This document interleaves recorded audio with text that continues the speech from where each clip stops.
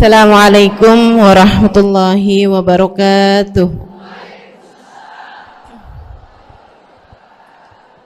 Alhamdulillah. Wassalatu wassalamu ala Rasulillah Muhammad ibn Abdillah wa ala alihi wa sahbihi wa man walah. Subhanaka la ilma lana illa ma 'allamtana innaka antal alimul hakim. Rabbi shrah li sadri wa yassir li amri wahlul 'uqdatan min lisani yafqahu qawli. Amma ba'du. Alhamdulillah, ibu-ibu sekalian saya muliakan, hadiah indah di mana Allah mengizinkan kepada kita untuk menghadapnya. Bukan main. Siapa kita ini sampai diizinkan Allah untuk bolak-balik menghadap kepada Allah Subhanahu wa taala dalam salat-salat kita? Saya pernah dengar dari para guru-guru kami, guru-guru saya.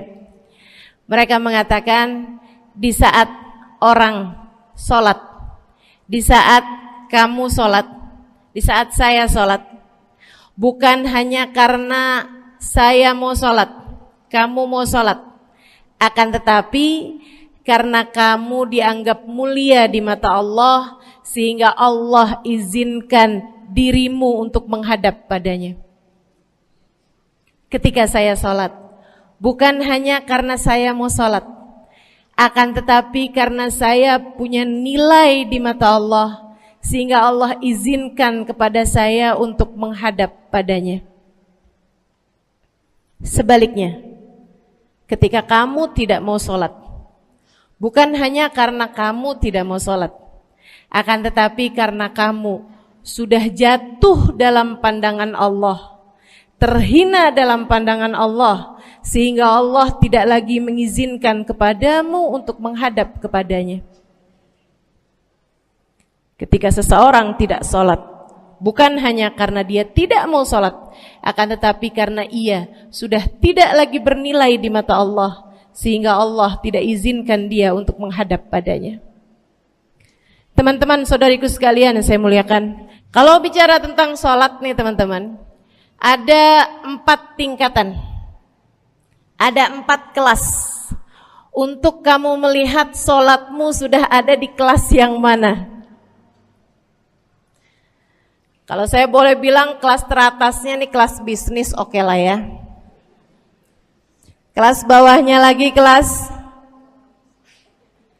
atasnya kelas eksklusif ya, kelas eksekutif. Terus bawahnya lagi kelas bisnis, bawahnya lagi kelas, tapi ada 4 kelas, bawahnya lagi kelas gerbong. Nggak naik dalam kereta nih ya. Kelas yang paling bawah kita bahas nih, kelas gerbong nih. Kayaknya naik di atasnya nih ya, gerbongnya. Teman-teman sekalian, orang yang di saat mengerjakan sholat, dia kerjakan juga, tapi merasanya sebagai beban. Ya ampun, udah maghrib aja, baru juga asar. Ya ampun, males banget dah. Ini gak ada rusuh nih, kita kan lagi jalan-jalan nih, kita kan lagi belanja nih di Tanah Abang. Itu jamaah aja gimana sholatnya? Nah ini orang-orang yang menganggap sholatnya sebagai beban, malas kalau disuruh sholat, terutamanya subuh. Terutamanya sholat subuh. Ini Allah ceritakan orang-orang yang seperti ini adalah kelompoknya orang munafik, naudzubillah. Alladzina idza qamu ila sholati qamu kusala. Orang-orang yang kalau disuruh sholat bangun juga sih, tapi malas banget. Setan nih nemenin dia, kayak naroin batu di atas kepalanya, bikin dia berat mau ngerjain sholat. Kalau lagi tidur, ngipas-ngipasin matanya, bobo aja lagi. 5 menit lagi, 5 menit lagi. Bangun-bangun udah siang. Pernah terjadi padamu?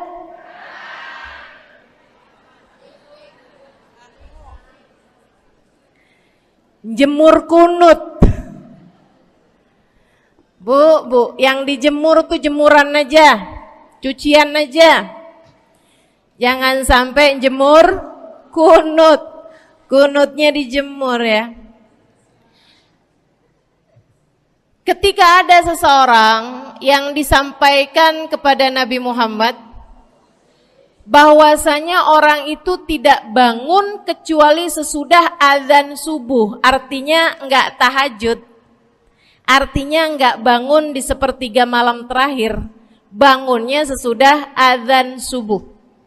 Nabi mengatakan padanya tentang orang itu, Nabi bilang pada para sahabatnya, inna syaitan bala fi udhunih. Itu adalah orang yang telinganya dikencingin sama setan. Pada pernah dikencingin setan? Kalau bangunnya habis adzan tuh dikencingin setan. Kalau bangunnya udah terbit matahari dikencingin siapa kira-kira? Insyaallah. Teman-teman saudariku sekalian yang saya muliakan, alladzina idza qamu ila salati qamu kusala, malas bener kalau diajakin salat, sampai sebagian salatnya dikerjakan keluar dari waktunya. Yang seperti ini masuk dalam firman Allah Subhanahu wa taala, a'udzubillahi minasyaitonir rajim, fawailul lil musallin alladzina an salatihim sahun. Fawailul lil musallin alladzina hum an salatihim sahun. Celaka orang-orang yang salat. Kenapa kok orang salat celaka ya Allah? Sebab mereka an salatihim sahun, melalaikan salat mereka. Apa maksudnya melalaikan? Imam Sayyidina Ibnu Abbas dalam salah satu tafsir beliau mengatakan alladzina yuakhiruna an waqtiha au yuqaddimuha ila ghairi waqtiha. Orang-orang yang mengakhirkan salat sampai keluar dari waktunya atau memajukannya sebelum waktunya. Mau pergi ke Tanah Abang nih, jam 11. Ntar kita ribet nih urusan sholat duhur. Dah sholatin sekarang aja. Ini orang-orang yang fawailul lil musallin. Bu, sesibuk apapun dirimu, jangan pernah ninggal sholat. Bu, lagi ngerjain perkara penting apapun kamu, jangan pernah mengakhirkan sholat. Jangan pernah mengeluarkan sholat dari waktunya. Kenapa gitu? Karena bu, sholat itu urusanmu sama Allah. Gak ada yang lebih penting daripada itu. Gak ada yang lebih penting daripada itu. Siapa yang mementingkan Allah, dia bakal dipentingin sama Allah. Siapa yang meremehkan salatnya, berarti dia telah meremehkan Allah. Siapa yang meremehkan Allah, dia akan diremehkan oleh Allah. Na'udzubillah min dzalik. Buat adik-adik jomblo, jangan pernah mau kawin sama orang yang gak sholat. Biarpun kamu udah nunggu cukup lama, kalau ada yang lamar kamu dan dia gak sholat, jangan mau bu. Dek, ibu-ibu juga, kalau ada yang janda di sini,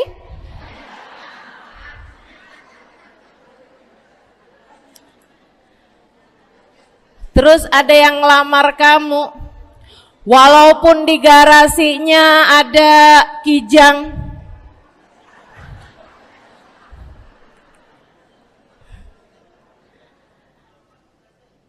ada bebek, motor maksudnya ya, datang melamar kamu, jangan terima.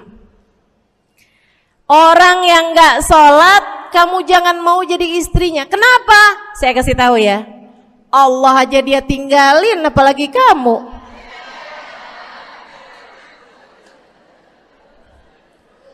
Allah aja dia tinggalin. Siapa yang tidak berguna baginya peringatan Allah, maka tidak akan berguna baginya peringatan dari siapapun. Tapi dia mencintai saya, Ustazah. Dia mencintai saya cinta mati katanya. Sekarang tungguin setahun 2 tahun, cintanya hilang, tinggal matinya. Tapi dia mencintai saya luar biasa, Ustazah. Dia tak sanggup hidup tanpa saya. Itu namanya cinta monyet. Tungguin 2 tahun, cintanya hilang, tinggal. Jangan temenan sama orang gak sholat. Dia telah jatuh di mata Allah. Maka kita pun belajar buat jadi orang-orang yang terus mendaki, terus meraih rahmatnya Allah, terus belajar buat jadi salah satu orang yang dipandang dengan rahmat oleh Allah Subhanahu wa taala. Salah satunya dengan cara kita memuliakan sholat, kita menjaga sholat. Jagain sholatnya, jangan masuk kelompok orang yang tadi itu sholatnya menjadi beban. Ini kelompok paling bawah nih. Naik ke kelas ekonomi. Tadi begitu ya? Kelas ekonomi, orang-orang yang sholatnya menjadi sebuah kewajiban. Dia kerjain, dia tahu itu wajib, dia gak akan tinggalin. Tapi sama halnya dengan kewajiban-kewajiban yang lain. Kita nih kalau mikirnya kewajiban, Bu, kalau nggak diwajibin lagi seneng. Betul nggak? Masih ada kayak beratnya gitu ngerjain sholat. Orang yang sholatnya dianggap sebagai kewajiban. Kayak anak-anak sekolah tuh, wajib pakai seragam, wajib ngerjain PR. Kalau 1 hari, besok enggak wajib pakai seragam. Ada enggak ya pakai seragam? Enggak ada. Enggak ada. Enggak ada yang besoknya dia pakai seragam terus tanyain, "Kenapa kamu tetap pakai seragam?" Abisnya saya suka sama seragamnya. Enggak ada. Karena mereka menganggap pakai seragamnya adalah kewajiban. Sekolahnya sebagai kewajiban. Jadi giliran besok libur anak-anak, hore gitu. Ada orang-orang yang sholatnya dianggap sebagai kewajiban. Nggak ada yang nambah kalau kewajiban tuh. Sholat sunnah boro-boro. Sholat wajib aja kalau bisa dibikin sesingkat mungkin akan dilaksanakan dengan cara yang sesingkat-singkatnya.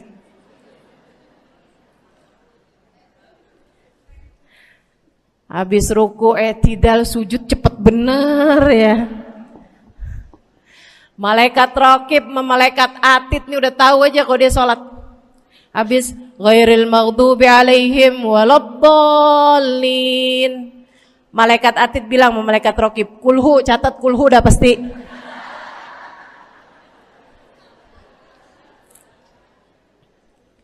Kulhu aja gak kelar-kelar. Teman-teman saudaraku sekalian yang saya muliakan, sholatnya dianggap sebagai sebuah kewajiban. Nggak nambah dengan sunnah, namanya wajib. Kita naik lagi insya Allah. Sholatnya kita naikkan dari yang kewajiban kita naik menjadi kelas bisnis, sholatnya sebagai sebuah kebutuhan. Mudah-mudahan nih ibu-ibu, teman-teman semuanya yang sedang menyimak kajian pada hari ini, saya doakan, karena saya berharap saya pun juga didoakan, agar menjadi salah satu orang yang sudah berada dalam tingkatan ini. Sholat kita tahu adalah kebutuhan kita. Sama kayak kebutuhan makan, Bu. Ibu kenyang nggak kalau makan nasi doang 2 piring? Kenyang. Siapa yang bilang nggak kenyang? Kalau kamu makan nasi doang sepiring, kenyang apa nggak kenyang? Kenyang. Akan tetapi pasti ibu-ibu mau nambah dah. Nambah apaan? Lauk. Nambah lauknya. Ada ikan asin, ada sayur asem. Langsung pada lapar nih. Ada sambal. Masya Allah, ada tempe goreng. Udah ibu ya, tetangga lewat kagak nyadar. Masya Allah. Teman-teman saudara sekalian, kita nambah, bahkan udah kenyang pun kita masih cari lagi tambahan. Makanan apa nih yang bisa kita makan? Karena kita tahu makan adalah sebuah kebutuhan kita. Kita perlu sama makan. Kita butuh sama makan. Maka demikian pula dengan orang-orang yang sholatnya sudah dia tahu adalah sebagai sebuah kebutuhan. Cukup sih duhur 4 rakaat, dia nambah. Ada qobliyahnya, ada ba'diyahnya. Jam-jam 9 pagi nggak ada sholat wajib sih, tapi pengen ngemil, ya Bu ya, dengan cara kerjain sholat duha. Malam-malam abisnya isya, ampun mau tidur, ingat katanya Nabi, pesannya kepada Sayyidina Abu Hurairah, wasani habibi, kata Abu Hurairah, an utir qabla an anam. Kekasih saya Nabi besar Muhammad, kata Abu Hurairah, kasih pesan pada saya untuk jangan tidur sebelum sholat witir. Jadi habis kelar sholat isya langsung sambung sama witirnya. Dia tahu sholatnya adalah sebagai sebuah kebutuhan. Kebutuhan. Saya butuh untuk sholat karena saya butuh kepada Allah. Saya perlu sholat karena saya perlu kepada Allah. Saya perlu sholat karena saya tahu urusan saya sebesar apapun saya rasakan adalah kecil dalam pandangan Allah. Saya perlu sholat karena permasalahan dalam hidup saya yang saya rasakan sebesar gunung di atas pundak saya, di atas punggung saya, di hadapan Allah tak sampai seperti setitik debu yang mudah saja untuk dia angkatkan dari kehidupan saya. Maka kita pun menjadikan sholat sebagai sebuah kebutuhan. Lagi sakit, jangan ninggalin sholat. Kenapa? Kamu menghadap kepada yang punya kesehatan. Lagi banyak utang, jangan ninggal sholat. Sama, jangan utang lagi. Karena kamu menghadap kepada pemilik segala kekuasaan, pemilik dunia dan akhirat, pemilik semua uang di atas muka bumi ini adalah Allah. Makanya Habib Ali Habsyi, penulis kitab Maulid Simtud Durar, yang tadi ibu-ibu baca maulidnya, beliau pernah bilang, Ada dalam salah satu diwan beliau. Diwan tuh syair-syair beliau itu ya. Ali idza qad marid syafahu fi'lus shalah la'alla syirrus sifa fi wad'i tilkal jibah. Kata beliau, Ali nih kalau lagi sakit, nih Habib Ali ya, beliau tuh padahal punya amal ibadah sangat banyak. Tapi Habib Ali bilang, Ali idza qad marid syafahu fi'lus shalah. Ali nih kalau lagi sakit, sembuhnya sama sholat. Sembuhnya sama sholat. La'alla sirrus sifa. Rasa-rasanya memang Allah letakkan rahasia kesembuhan ada pada fi wad'i tilkal jibah, terletakkannya jabhah kita, dahi kita di tempat sujud. Di sana semua permasalahan-permasalahan dalam hidupmu menjadi ringan. Saat kamu meletakkan dahimu di tempat sujud, kamu berbisik lirih kepada Allah, akan tetapi suaramu didengar sama yang punya arsy. Akan tetapi suara bisikanmu didengar segenap malaikat-malaikat yang ada di atas langit. Kemudian mereka mendoakanmu sehingga Allah mengatakan wasjud waqtarib, sujudlah kamu. Posisi sujudmu itu waqtarib akan membuatmu menjadi dekat dengan Allah Subhanahu wa taala. Sujudlah dan mendekatlah kepadaku, kata Allah. Agrab ma yakunul 'abd min rabbih fahuwa sajid, kata Nabi Muhammad. Fa'akthiru fihi du'a faqamin an yustajabulah.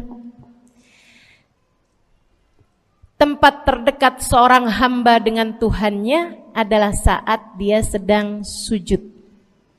Maka perbanyaklah doa dalam sujudmu, kata Nabi Muhammad. Doamu sangat mungkin diijabah oleh Allah. Apalagi kalau doanya kamu haturkan di sepertiga malam yang terakhir. Saat-saat di mana kebanyakan manusia di sekelilingmu yang lalai berada dalam tidurnya, berada dalam alam mimpinya. Para ulama tuh sampai bilang, Bu, dari kehususannya sepertiga malam yang terakhir, orang yang ngerjain maksiat aja sepertiga malam yang terakhir tuh tidur. Ibu gak pernah tahu orang-orang pulang diskotik jam berapa? Gak tahu ya, sama. Tapi Bu, yang pasti mereka tuh sepertiga malam yang terakhir malah pada pulang, malah pada tidur gitu.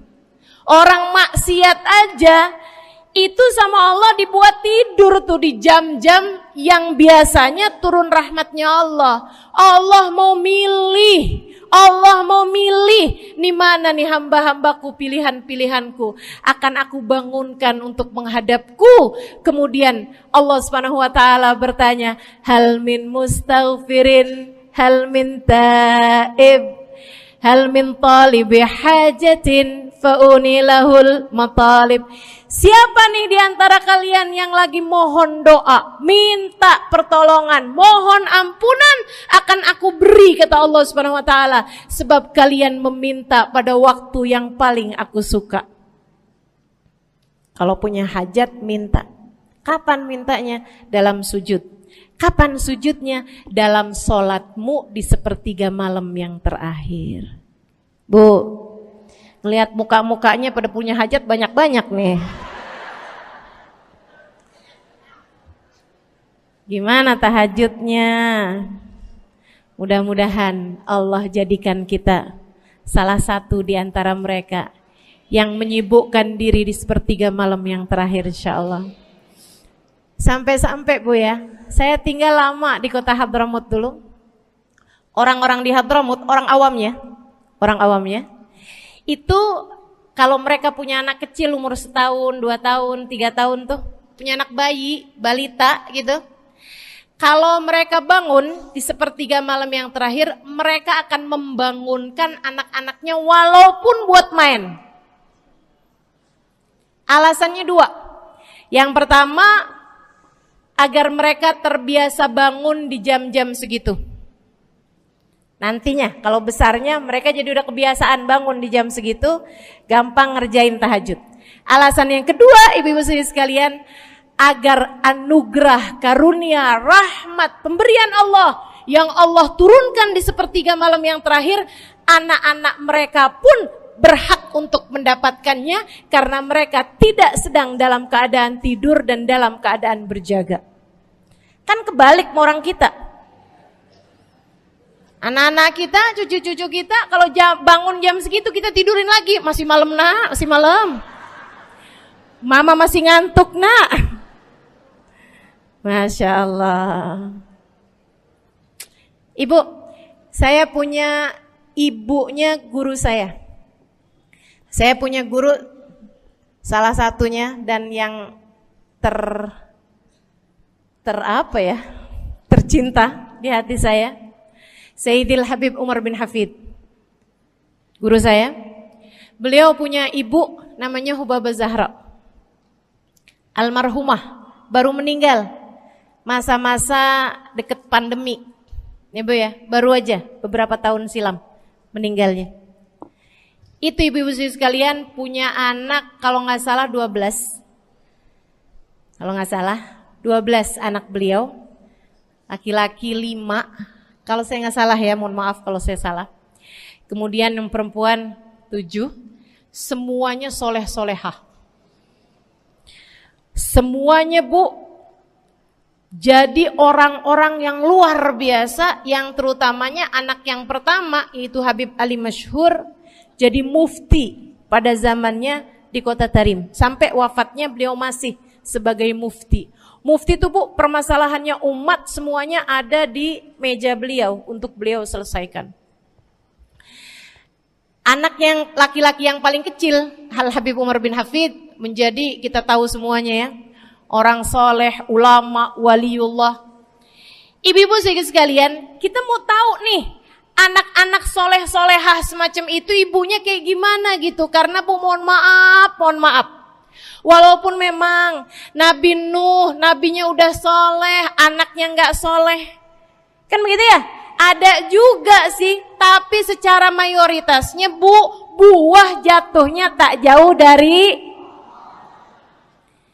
emaknya begitu, anaknya kurang lebih begitu. Anaknya begitu, emaknya biar kita nggak lihat, kita udah bisa ngebayangin kayak apa orangnya. Ibu-ibu sekalian, ini anak-anaknya Hubabah Zahra, Masya Allah semuanya. Kita mau tahu ibunya kayak gimana. Satu cerita aja tentang Hubabah Zahra. Ibu-ibu sekalian, anaknya cerita, Hubabah Zahra, Umi, anak perempuannya, dia bilang seumur hidupnya nggak pernah ninggal tahajud. Bu, dari awal balik sampai meninggal, tidak pernah meninggalkan tahajud. Jauh banget ya? Sama siapa? Tahajud semalam, seminggu libur. Kelakuan siapa itu? Hubabah Zahra gak pernah ninggal tahajud kecuali satu malam. Satu malam itu beliau tuh lagi ada hajat besar, maksudnya lagi kayak ada acara pernikahan, kemudian beliau juga kelelahan, kecapean, baru tidurnya juga jam-jam 2, jam-jam mau jelang pagi Bu ya. Kelewatan tahajud. Bangun pas azan subuh. Ibu, beliau bangun dengan gemeteran.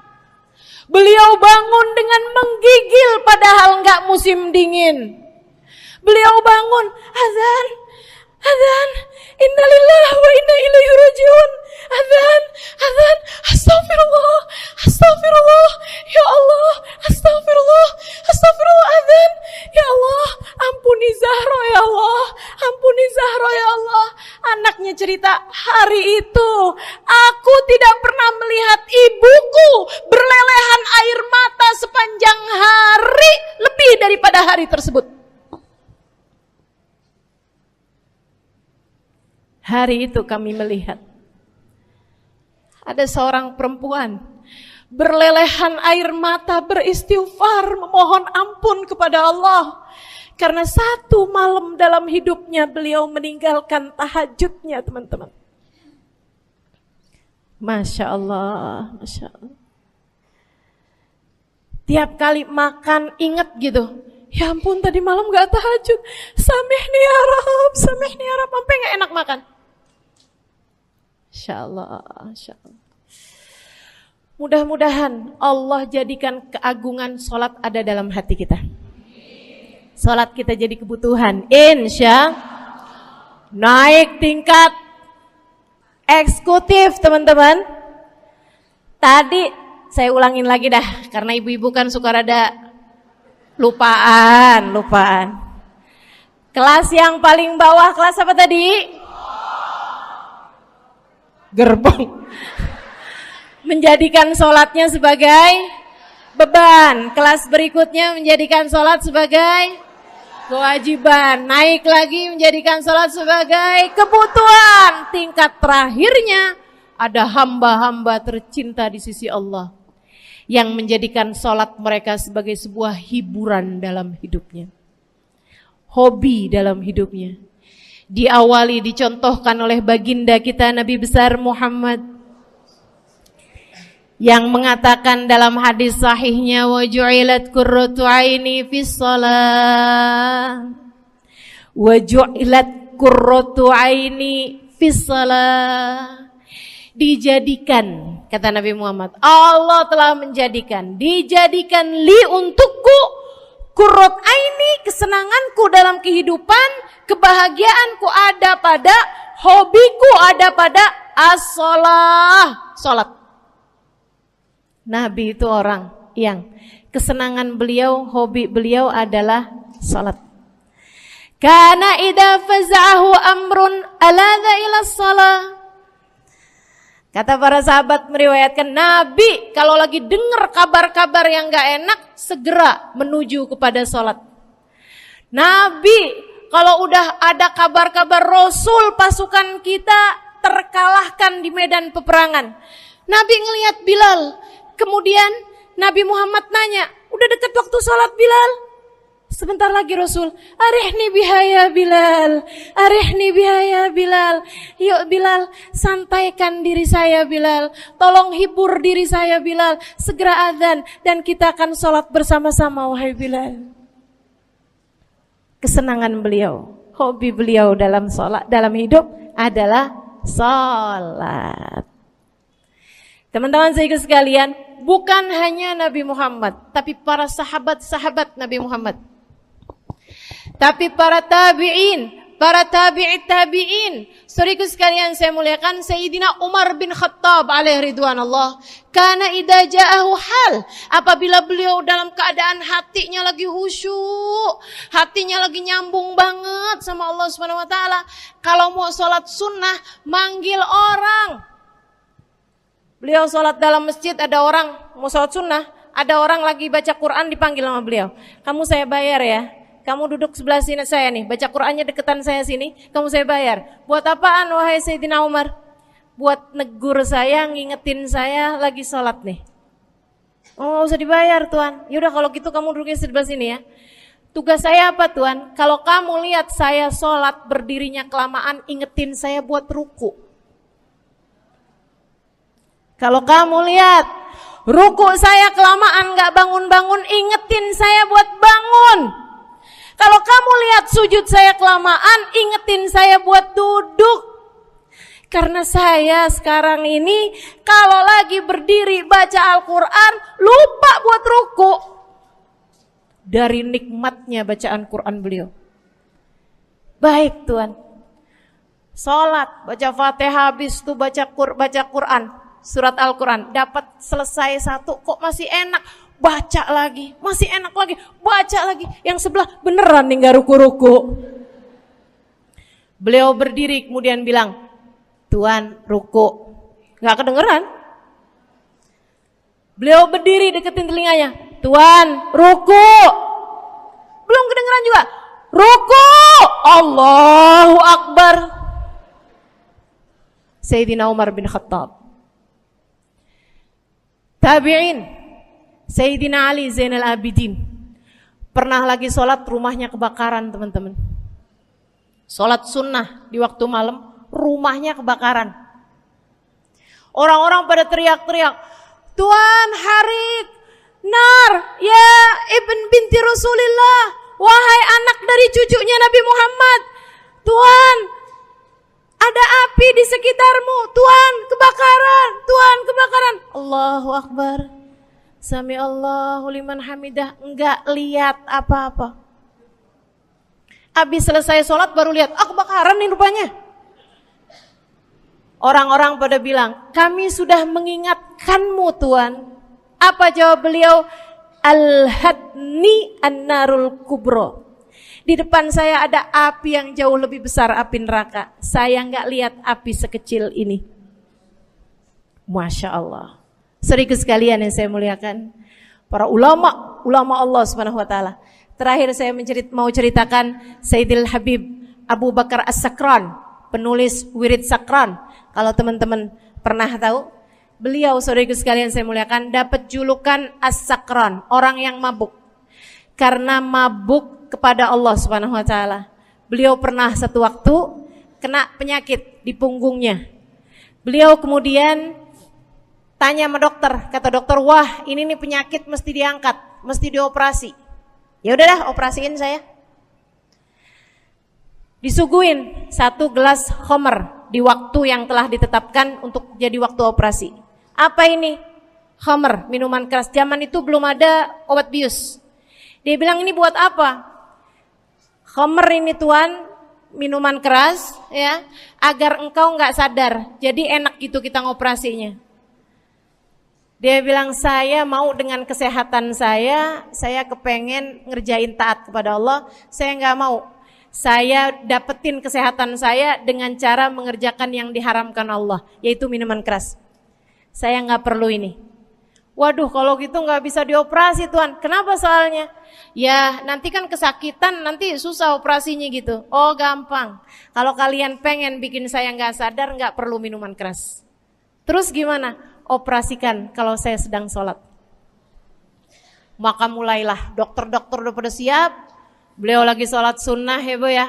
Allahu Akbar gitu. Mulai dokter buka baju belakangnya, mulai Bu digunting kulitnya, digergaji tulangnya. Beliau Bu mukanya meringis saja enggak. Beliau ruku, dokternya ikutan nungging. Beliau sujud, dokternya ikutan menunduk juga. Beliau sholat nikmat banget. Sampai beliau selesai dari sholat, beliau nanya sama dokter-dokternya, kenapa gak nurut tadi tuh waktu saya sholat mestinya operasi. Kata dokter, udah selesai Bib dari tadi. Masya Allah. Radiyallahu ta'ala anhum wardahum. Ini bukan kelas-kelas kita, saya cuma ceritain aja sama ibu-ibu. Bukan berarti ibu-ibu nanti pas waktu sakit bilang sama dokter-dokter gak usah dibius. Beda hati Bu, beda hati. Ibu ya, beda iman, beda semuanya kita sama mereka. Yang pasti, makanya saya kan yang ini nggak doa nih. Pas yang kebutuhan tuh baru saya doa. Kenapa? Karena kayaknya tingkatan kita dah Bu ya. Mentok dah, sampai kebutuhan itu dah. Insya Allah, mudah-mudahan Allah jadikan kita orang yang menjaga sholat insya Allah. Rabbi jalni muqimas salah wa min dzurriyyati amin. Rabbi jalni muqimas salah wa min dzurriyyati amin. Rabbi jalna muqimis salah wa min dzurriyyatina rabbana wa taqabbal du'a. Ala hadhihi niyyah bi kunniyah salihah ila hadratin nabi al-Fatihah. Qul amantu billah thumma istaqim. Kata Nabi Muhammad sallallahu alaihi wasallam kepada seorang pemuda yang meminta nasihat, ya Rasulullah ausini, wahai Rasul tolong nasihati aku. Kita kalau ketemu orang mulia jangan minta duit Bu, Kita kalau datang ketemu sama orang-orang yang kita tahu doanya mustajab, sangat soleh, hidupnya baik, apalagi jika dia adalah kekasih-kekasih Allah Subhanahu wa taala. Kamu kalau berjumpa dengan ulama, jangan minta sesuatu yang duniawi. Tirulah para sahabat ketika berjumpa dengan Nabi Muhammad. Biasanya mereka meminta satu dari dua hal. Yang pertama, mereka minta doa. Ida'ili ya Rasulullah, doakan aku wahai Rasul. Ibu juga gitu.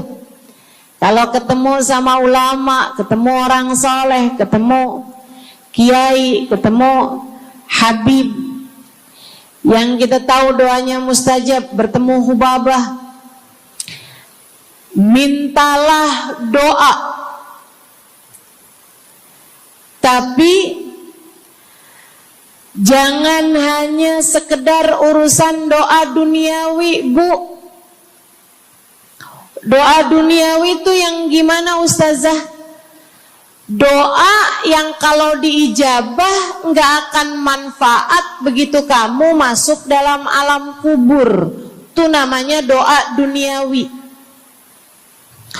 Ustazah, doakan saya biar saya cepat kebeli rumah.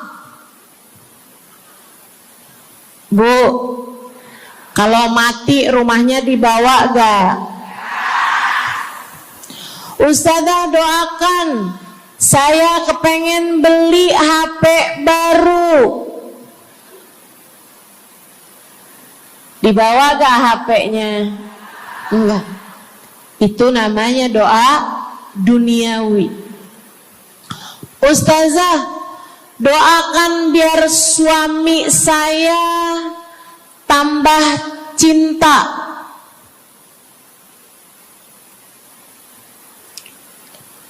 Kalau mati suaminya dibawa gak, Bu?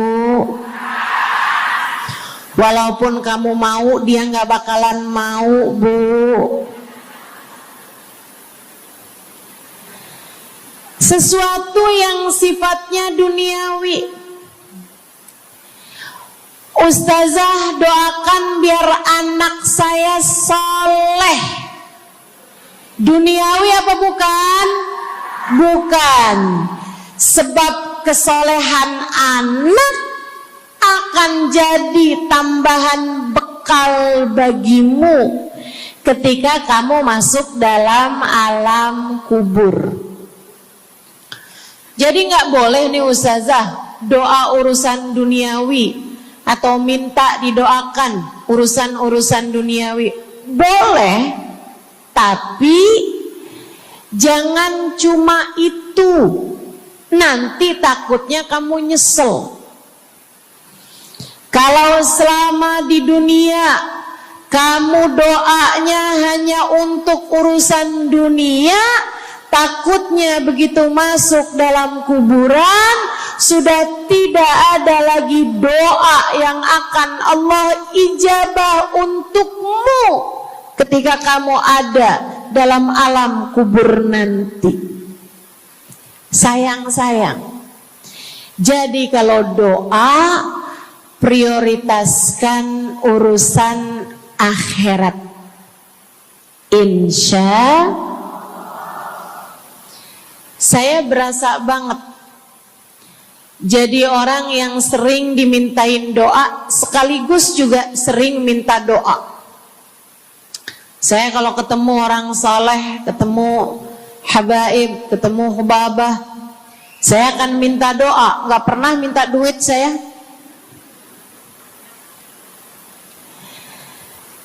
Ida'ili ya hubabah, ida'ili ya habib. Serius sekalian, sebagai orang yang sering juga dimintain doa, Ustazah doakan saya.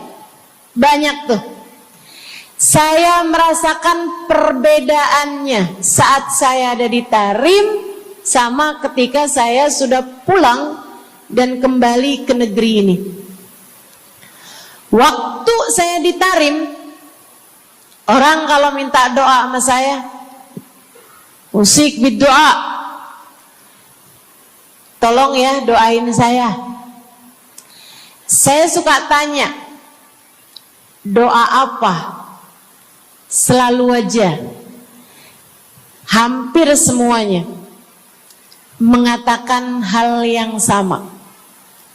Ida'ili bihusnil khatimah. Doakan saya biar husnul khatimah. Begitu nyampe ke Indonesia, kalau ada orang bilang, Ustazah doain saya, biasanya lanjut tuh, doanya minta apa langsung dibilang, gak pakai tanya. Ustazah doain saya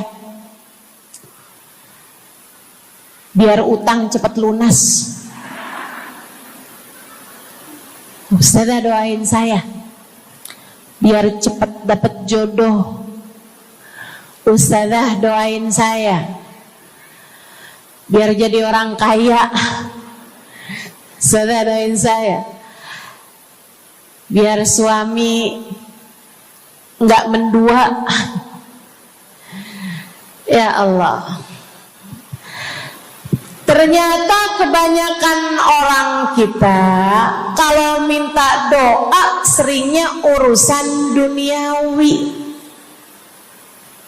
Bukan berarti nggak boleh, boleh aja sih. Cuman takutnya begitu kamu mati nyesel kalau semua doamu selama ini adalah sesuatu yang tidak ikut kamu bawa ketika kamu mati.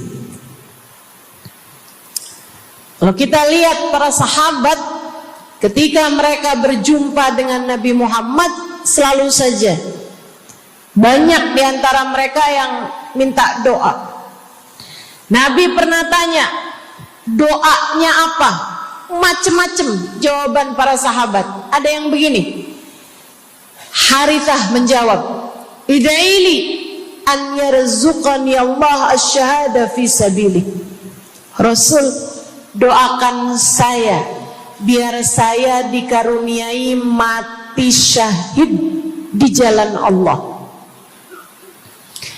Ada lagi yang lain doanya, ya Rasulullah, id'ili an yarzuqani Allah murafaqatan bika ya Rasulullah.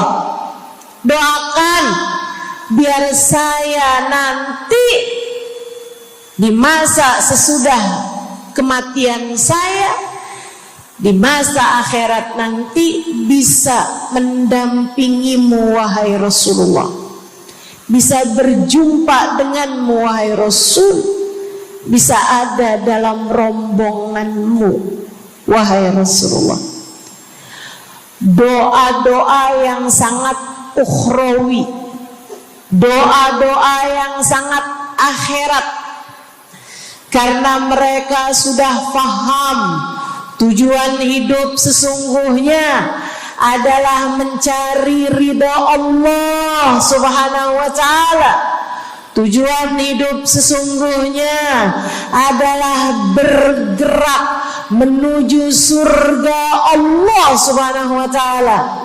Tujuan hidup sesungguhnya adalah berpulang kepada Allah dalam keadaan Allah ridha kepada kita. Sahabat tuh minta didoakan, sama yang kedua minta nasihat.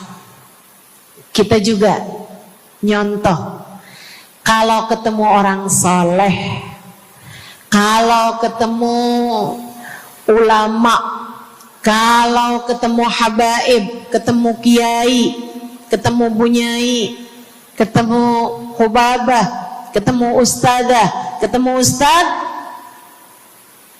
minta nasihat selain daripada minta doa. Mintalah nasihat. Hal ini dicontohkan oleh para sahabat kepada Nabi Muhammad. Datang seorang pemuda berjumpa Nabi Muhammad sallallahu alaihi wasallam. Kemudian bertanya, "Ya Rasulullah, ausini." Wahai Rasulullah, berikanlah nasihat kepadaku ini. Nabi Muhammad tersenyum, senang, bangga, karena mengerti bahwa umatnya faham apa yang harus diminta dari nabinya. Nabi berkata kepadanya, "Qul amantu billah tsumma istaqim." Kata Nabi Muhammad, ucapkanlah, aku beriman kepada Allah, kemudian istiqomahlah kamu di jalan Allah. Nasihat Nabi Muhammad buat pemuda tersebut. Nasihat Nabi Muhammad buat pemuda-pemuda umatnya sepanjang zaman.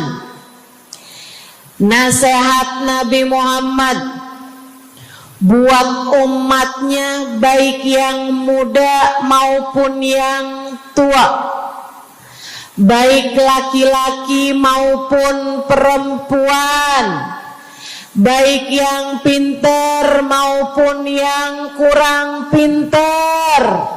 Semua umatnya dinasehati sama Nabi Muhammad. Karenanya akan saya sampaikan hal ini kepadamu hari ini. Quli, ucapkanlah, amantu billah, aku beriman kepada Allah. Tsumma istaqimi, kemudian istiqomahlah kamu, wahai saudariku, di jalan Allah. Katakanlah, aku beriman kepada Allah, kemudian istiqomahlah. Istiqomahlah. Nasihat yang sangat indah dari baginda kita Nabi besar Muhammad, yang Allah karuniakan kepadanya jawami'al kalim, dapat selalu berbicara dengan kata-kata yang ringkas tapi padat. Nabi itu ucapannya ringkas tapi padat. Nggak kayak saya, Bu, udahlah panjang. Dan ya, mudah-mudahan Allah jadikan ucapan-ucapan kita jadi kalimat-kalimat yang akan membawa kita menuju surga. Jadi ucapan-ucapan yang akan bawa kita menuju ridha Allah SWT. Ibu-ibu, kita sama-sama belajar, biar kalau ngomong itu enggak panjang-panjang, akan tetapi bermutu, berkualitas. Terutama Bu, ibu kalau ngomong sama anak-anak ibu, kadang-kadang panjang bener. Padahal itu aja, anak sampai hafal. Iya mah, katanya gitu. Betul gitu? Nabi kalau ngomong pendek aja tapi penuh makna. Nabi kalau bicara seringkali nggak panjang-panjang tapi sangat berarti. Satu hadis beliau saja bisa disyarahkan, diberi keterangan hingga bahkan berkitab-kitab banyaknya. Ibu-ibu sekalian, salah satu dari ucapan ringkasnya Nabi Muhammad, amantu billah, kata Nabi, qul amantu billah tsumma istaqim, ucapkanlah aku beriman kepada Allah, kemudian istiqomahlah di jalan Allah. Apa itu istiqomah? Lurus, jangan belok-belok. Lurus, jalan terus. Jalannya adalah jalan yang lurus. Itu yang selalu kita minta dalam tiap rakaat sholat kita. Kita berdoa kepada Allah, ihdinas siratal, ya Allah, tempuhkanlah untuk hidup kami ini jalanmu yang lurus. Sama kayak kamu lagi bilang, ya Allah, karuniakanlah dalam kehidupan kami keistiqomahan di jalanmu ya Allah. Kamu selalu minta istiqomah 17 kali sekurangnya tiap hari. Betapa sangat pentingnya istiqomah ini, saudaraku sekalian. Berada dalam jalan yang lurus. Saya mau bahas jalan lurus yang dimaksud ini apa aja. Satu, kamu harus lurus imannya. Amantu billah, aku beriman kepada Allah. Kata Nabi Muhammad sallallahu alaihi wasallam, qul amantu billah, ucapkanlah aku beriman kepada Allah. Maka istiqomah tersebut yang nomor satu adalah dalam urusan keimanan. Bu, Kak, Dek, Nak, yang lurus imanmu. Iman yang lurus tuh yang gimana, Ustazah? Iman yang lurus adalah memahami 2 kalimat syahadat yang menjadi pintu gerbang keimananmu. Orang kalau masuk Islam, dia jadi orang yang beriman, dia mengucapkan kalimat syahadat. Apa itu?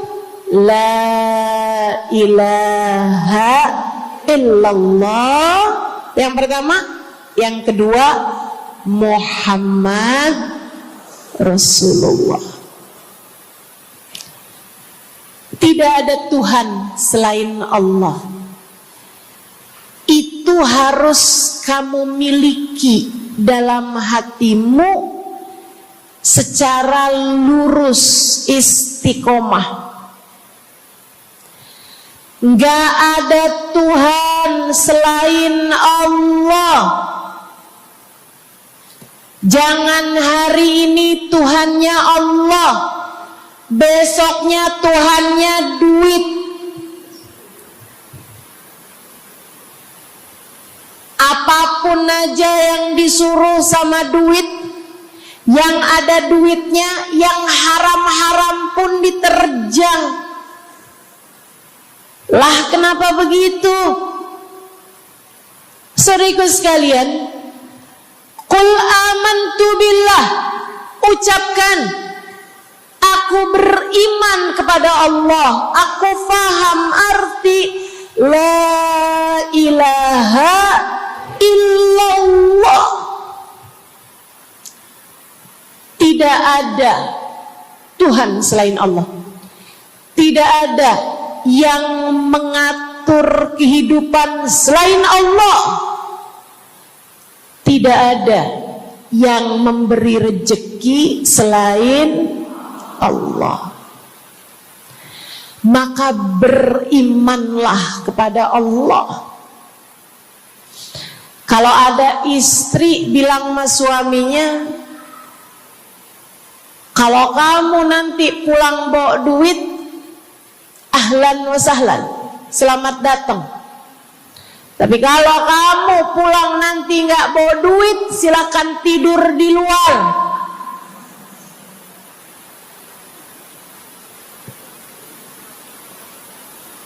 Kamu sepertinya kurang beriman. Kamu lupa bahwa pemberi rezeki bukan suamimu, melainkan yang ngasih rezeki itu cuma satu, Bu. Namanya bukan pekerjaan, bukan atasan, bukan pemerintah. Yang ngasih rezeki cuma Allah Subhanahu wa ta'ala. Maka berimanlah atas hal itu. Jangan nyalahin si ini, nyalahin si itu. Imanmu benerin. Imanmu benerin. Banyak orang saya liatin itu suka pada repot urusan rezeki. Banyak banget. Di dunia ini nih banyak yang suka repot urusan rezeki. Ngejar dunia abis-abisan. Ngejar duit segala macam cara. Sampai omongannya gak jadi omongan orang beriman. Waktu dibilangin, jangan nyari rezeki yang haram, cari rezeki yang halal. Jangan berani ngambil yang bukan hakmu. Dia bilang begini nih, ya ustazah nggak tahu zaman sekarang. Jangankan nyari yang halal, nyari yang haram juga susah saja.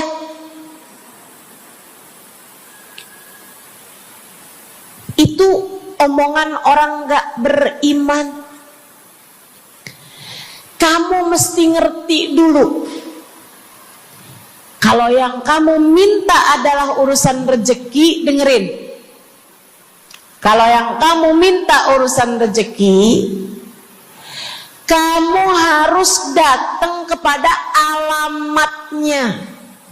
Yang sering kali membuat kamu setengah mati urusan rezekimu, sampai mau-maunya menghinakan diri, minta-minta sama orang, berharap dari orang.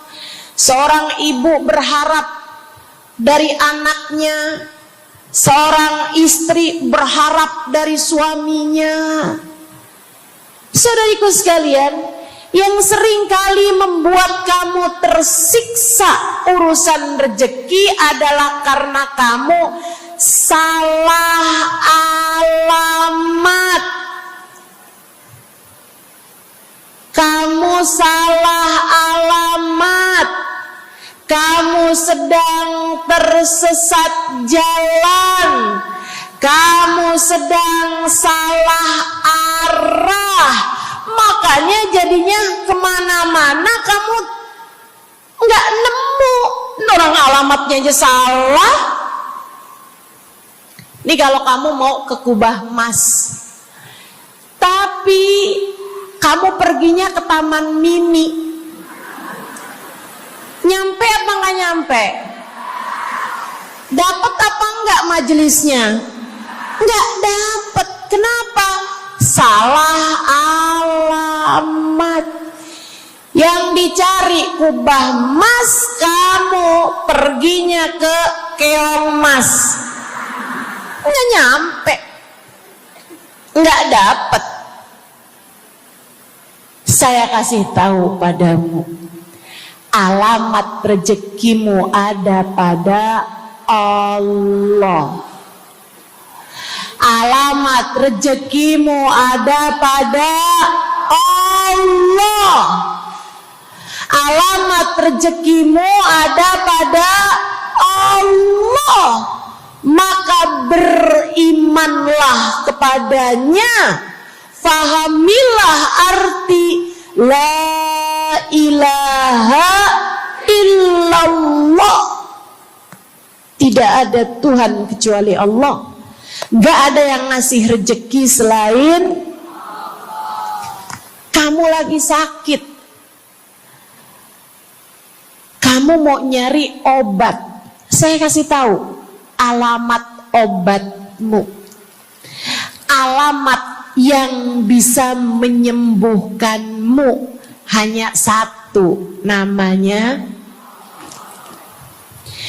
urusan rezeki. Allah sudah bilang, huwar razzaq dzul quwwatil matin. Allah lah satu sang pemberi rezeki. Allah lah satu sang pemilik kekuatan sejati. Jadi kamu kalau mau nyari rezeki, datanglah ke alamatnya. Datanglah kepada Allah. Kamu lagi mau nyari kesehatan, jangan salah alamat. Datanglah kepada sang pemilik kesehatan. Alamatnya yaitu Allah yang telah mengatakan, فَإِذَا مَرِضْتُ فَهُوَ يَشْفِينِ. Katanya Nabi Allah Ibrahim, apabila saya sakit, maka hanya Allah lah yang maha menyembuhkan. Berarti nggak boleh pergi ke dokter gitu Ustazah? Silahkan pergi ke dokter, pergi ke apotik, datang kepada orang yang doanya mustajab, minta didoakan. Tapi semua hanyalah sebab, semua hanyalah wasilah. Sang penyembuh sejati adalah Allah. Saudariku sekalian yang saya muliakan, kalau kamu merasa saya lemah Ustazah, gak punya kekuatan, kalau kamu merasa saya bodoh Ustazah, saya tidak mengerti di mana alamat ilmu, di mana alamat pengetahuan. Bu, Kak, Nak, anak-anak nih yang masih lagi belajar di pondok pesantren, yang masih lagi belajar di mana-mana, saya kasih tahu padamu, alamat ilmu ada pada Zat yang Maha Satu, namanya Allamal insana malam ya'lam. Allah lah yang mengajari manusia apa yang tidak dia ketahui. Pengen dapat ilmu, datanglah kepada Allah. Pengen punya kekuatan, datanglah kepada Allah. Saya udah tua Ustazah, saya janda pula Ustazah, saya nggak punya kekuatan ya Ustazah. Kekuatanmu hanya ada pada Zat yang Maha Satu, Allah Subhanahu wa ta'ala. Datanglah selalu padanya. Imanmu jangan biarkan ia naik turun. Imanmu biarkan ia kokoh di dalam hatimu. Jangan percaya kalau ada yang bilang kekuatan ada pada uang. Jangan percaya. Percaya hanya satu aja, kekuatan ada pada Allah. Jangan percaya orang bilang kekuatan ada pada kecantikan. Kalau kamu cantik, kamu kuat, suamimu gak akan kemana-mana. Jangan percaya, Bu. Percaya hanya satu aja, kekuatan ada pada Allah Subhanahu wa ta'ala. Kamu takut terjadi hal-hal yang buruk bagimu, bagi anak-anakmu.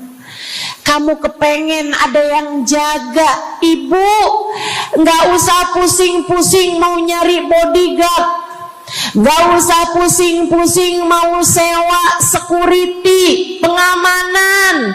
Sebab sang pemberi keamanan hanya satu, namanya Wallahu ya'simuka minan nas. Hanya Allah satu yang dapat menjagamu dari kejahatan manusia. Qul a'udzu birabbin nas. Katakanlah, aku berlindung kepada sang penjaga manusia, sang pemelihara manusia, sang pengasuh manusia, Allah Subhanahu wa ta'ala. Berimanlah padanya, istiqomahlah, Bu.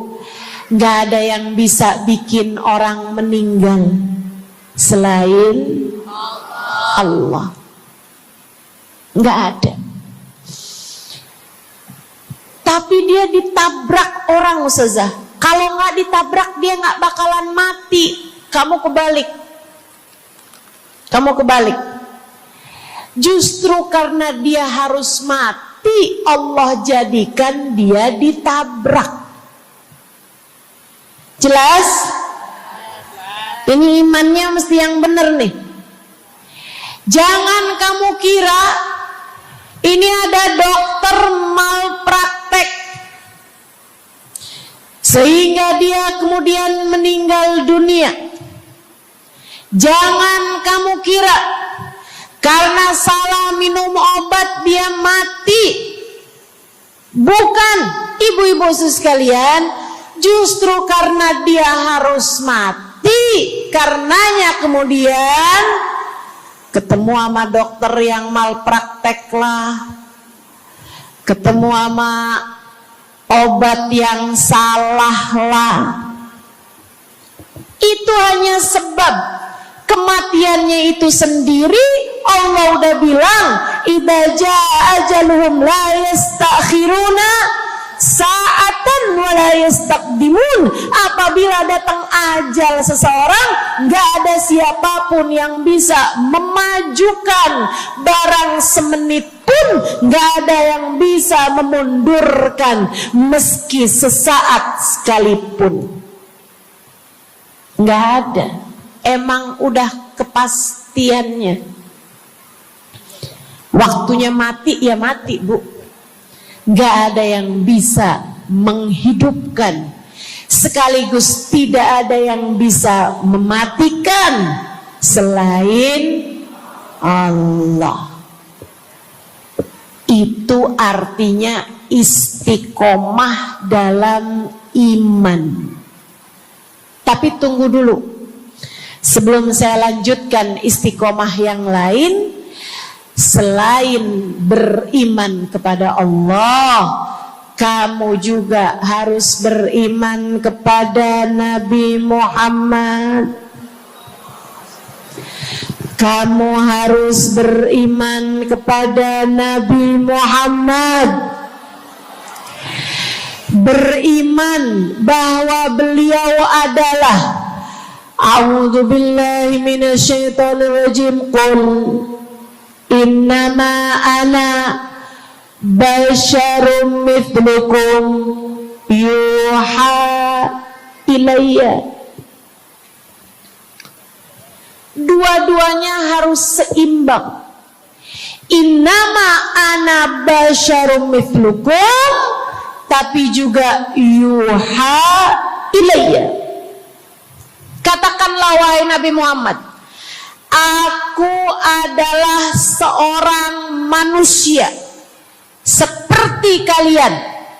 Saya punya badan, saya punya perasaan. Kalau nggak makan-makan saya lapar. Kalau habis makan nggak minum saya haus. Kalau beberapa hari saya nggak tidur saya ngantuk. Qul innama ana basyarun, sampaikan kepada manusia, aku adalah seorang manusia seperti kalian juga. Ama anak cinta, lama nggak ketemu sama istri kangen. Katakan wahai Nabi Muhammad, ana basyarum mithlukum, saya manusia seperti kalian juga. Kalau ada yang disayang kemudian meninggal, sedih karena Nabi adalah seorang manusia.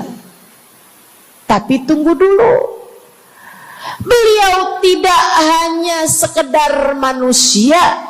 Itu adalah satu sisi kehidupan Nabi Muhammad. Jangan lupa, innama ana basyarum mithlukum, tapi yuha ilayya, aku diberi wahyu, aku hamba wahyu, aku berbincang-bincang dengan Allah, kalian tidak. Aku berbicara langsung dengan Allah, kata Nabi Muhammad, kalian tidak. Aku dituruni malaikat Jibril, kalian tidak. Aku diberi wahyu Al-Quran 30 juz, kalian tidak barang seayat pun. Nih, kalau saya perhatikan, imannya umat manusia yang beriman kepada Allah sekalipun menjadi cacat ketika tidak beriman kepada Nabi Muhammad. Lihatin, mohon maaf, orang Yahudi beriman kepada Allah. Kamu kalau nanya sama orang Yahudi, Tuhanmu siapa? Allah. Tapi mereka nggak beriman kepada Nabi Muhammad. Apakah mereka disebut orang yang beriman? Tidak.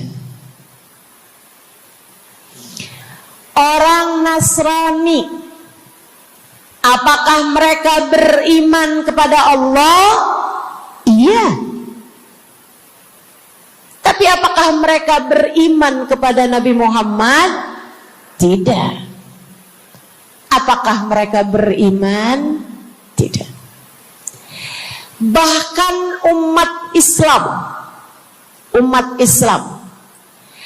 ada yang mempercayai sesudah Nabi Muhammad ada nabi yang lain, namanya Mirza Ghulam Ahmad, sehingga mereka menyebut agama mereka Islam, tapi agama Islamnya pakai ada kelanjutannya, Islam Ahmadiyah,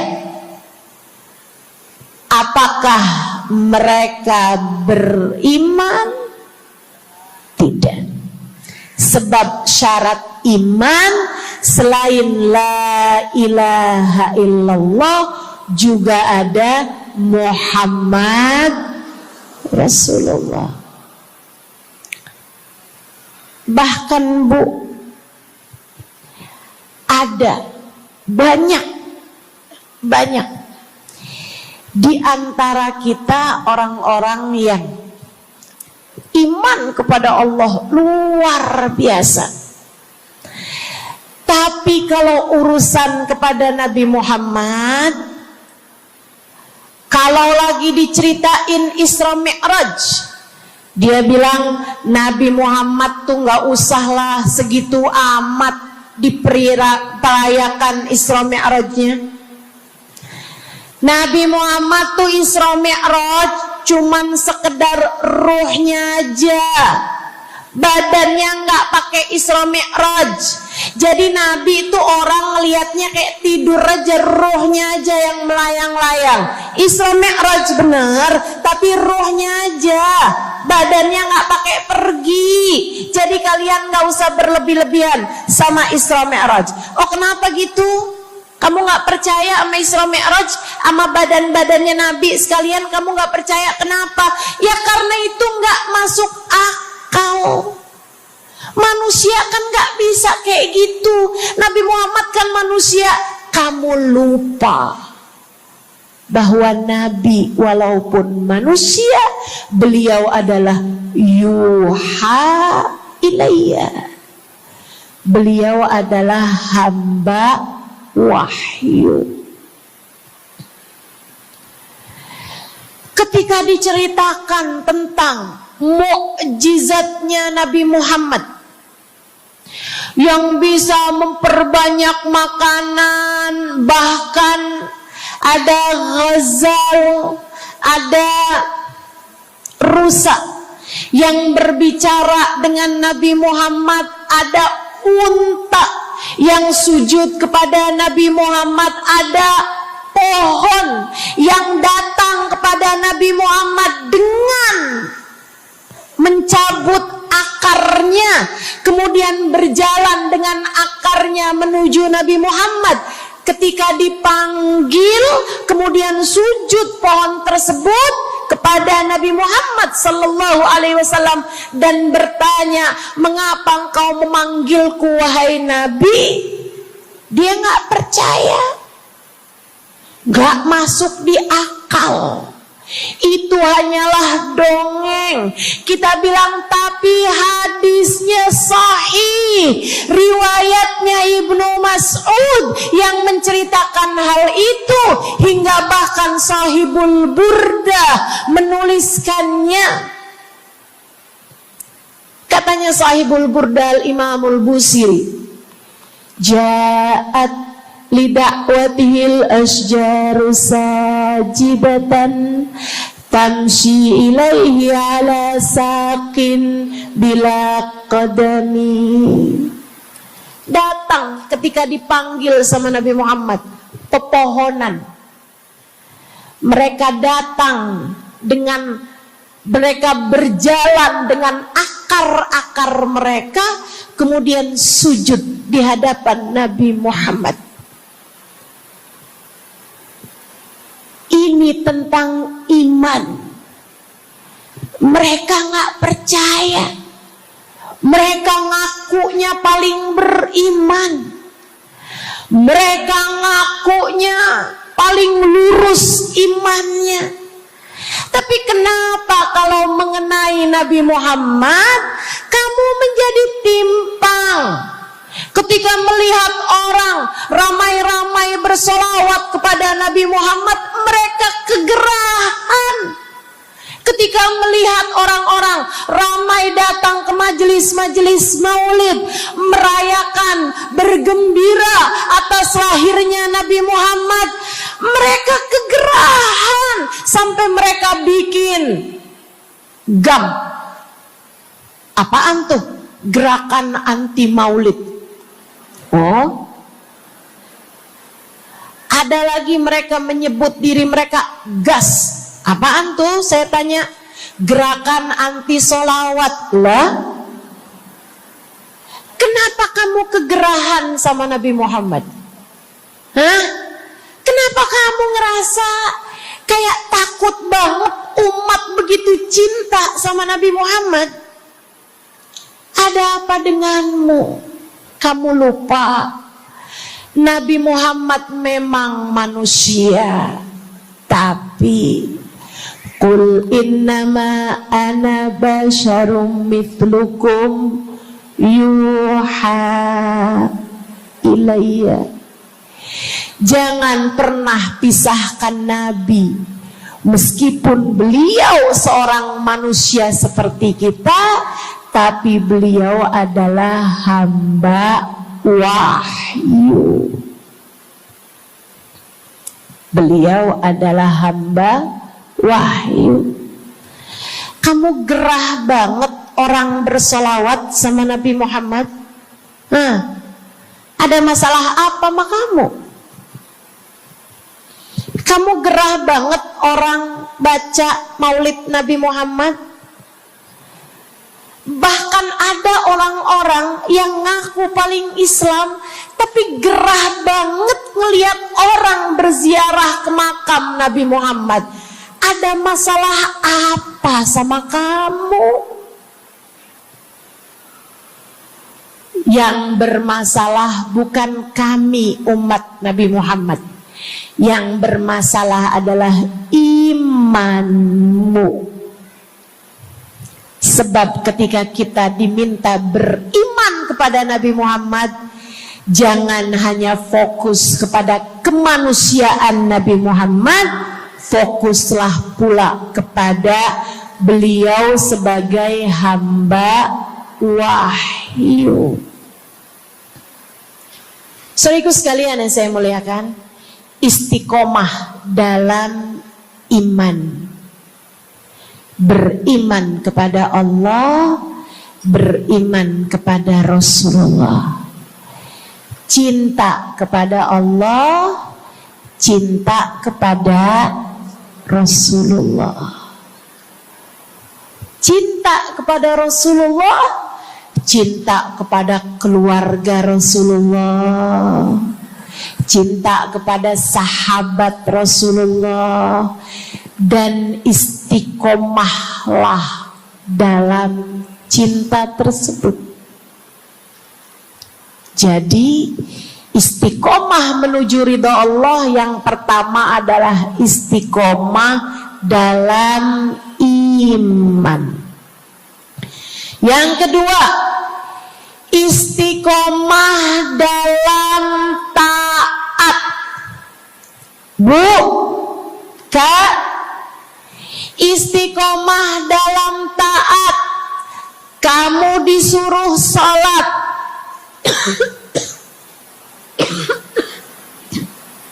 istiqomahlah. Jangan tinggal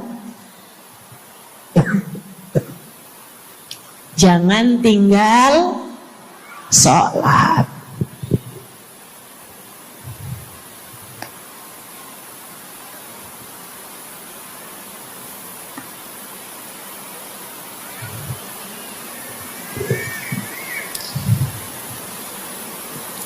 Kamu diperintah buat puasa Ramadan. Jangan tinggal puasa. Yang kemarin puasanya bolong karena menstruasi, karena haid, karena nifas misalnya, kamu wajib untuk bayar hutang puasa di hari-hari yang seperti ini. Jangan sampai hutang kamu nggak dibayar.